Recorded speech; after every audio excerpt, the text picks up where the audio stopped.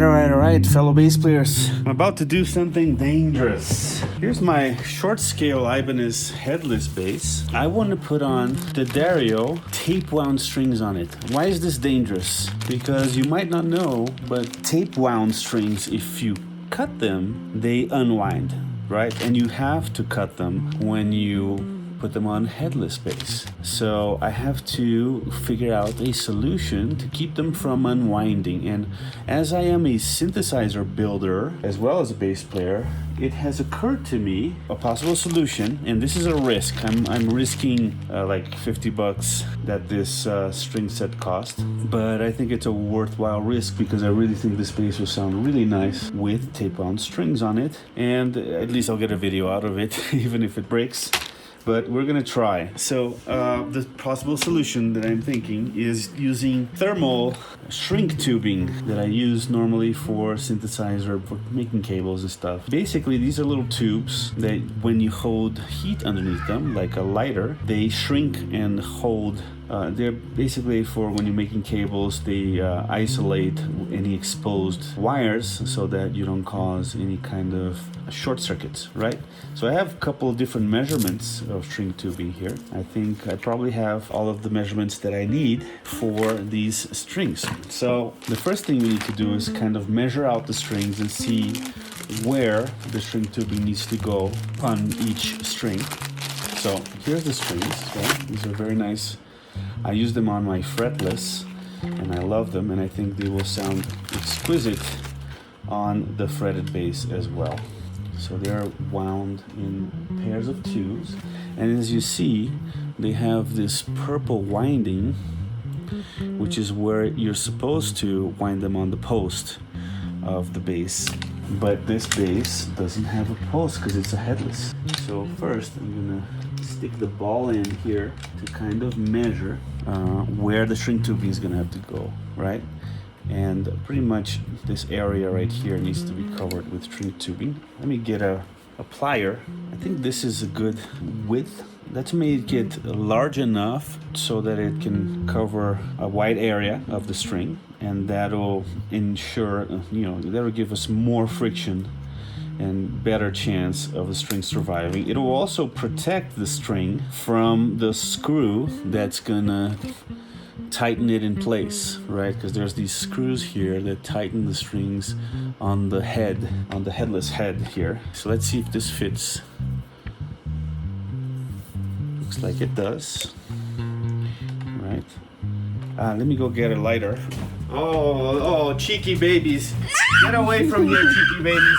Right, so here's the string is already hooked over here, and I've put this piece of shrink tubing, we call it thermal fit over here in Mexico, and now I'm gonna hopefully not damage the strings by heating up the shrink tubing. And yeah, you have to be quick with it so you don't burn the nylon. And there it is. So now I need my Allen key to pull out, to unwind the screw here so it'll fit, so the string will fit.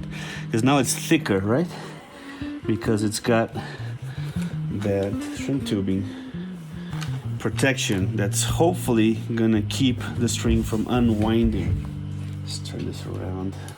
It's a really nice bass. Okay, so here we go. I'm gonna tighten this now. Once I cut it, I'm gonna drop a little drop of super glue at the end of my cut, and that should also help secure it. The other side here again. There we go. Not too tight because we don't want to over tighten. We don't want to damage the string, even though now it's protected somewhat by the string tubing. Oh, that's looking good. Let's move on. Next string up should be this guy over here. I should probably look at the baggie to be sure. That's followed by, oh, hold on. This is the E string, but this is a 5-string set. Am I missing a string? Was this a 4-string set? God damn it. Where's the box for it? 1, 2, 3, 4. Oh no. What happened? Why don't you grab it, one from another set?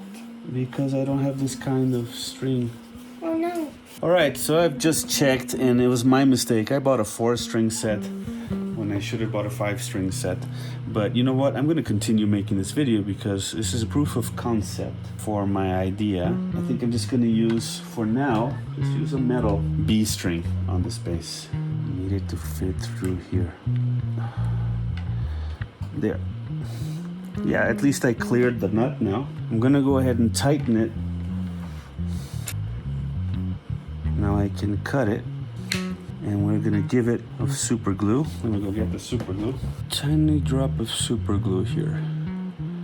This will hopefully keep it from unwinding further. Right now, while the glue is drying, we're gonna work on the A string. So that's the red one.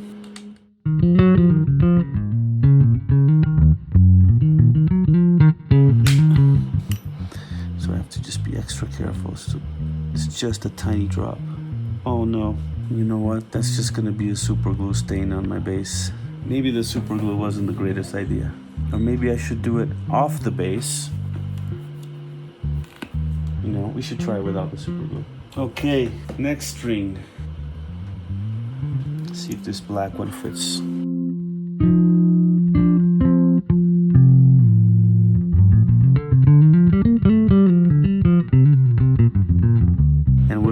Forgo the super glue this time. And now we have the last one.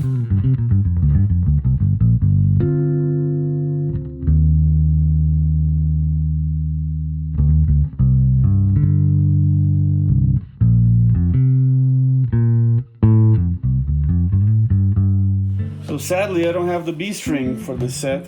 Yeah, I'm pretty sure this is the one that came with the bass. It's a brand new bass that I've been going crazy with customization here.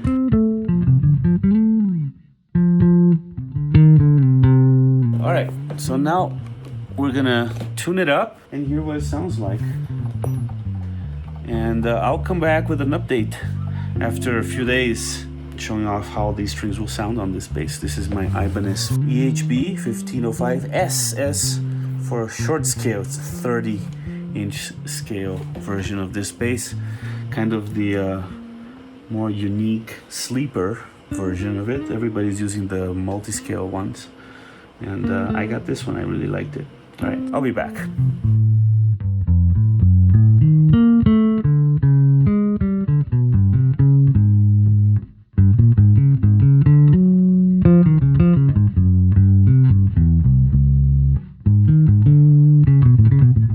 Alright, so the 5-string set of nylon Tapewound strings has arrived. So I can finally replace the big old silver string here with a proper nylon Tapewound Dario to go with the other 4. I think I'll need to use a thicker tube of thermal tubing for this string.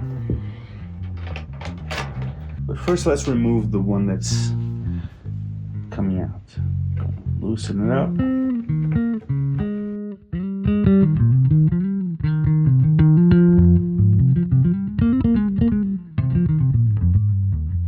Maybe we need only a small piece of shrink tubing that goes from the clamp to the nut.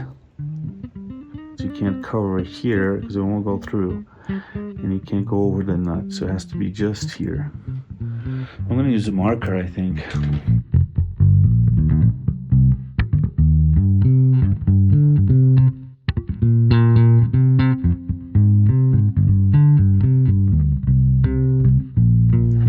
So you've got the shrink tubing tightly wrapped there, holding and winding together so that I can cut this here. I'll cut it once it's already clamped in. That'll help unwind as well. Help it not unwind, rather.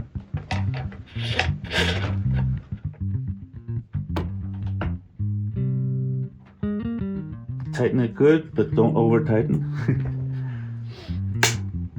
This looks good actually. Let's just tune up and play the bass.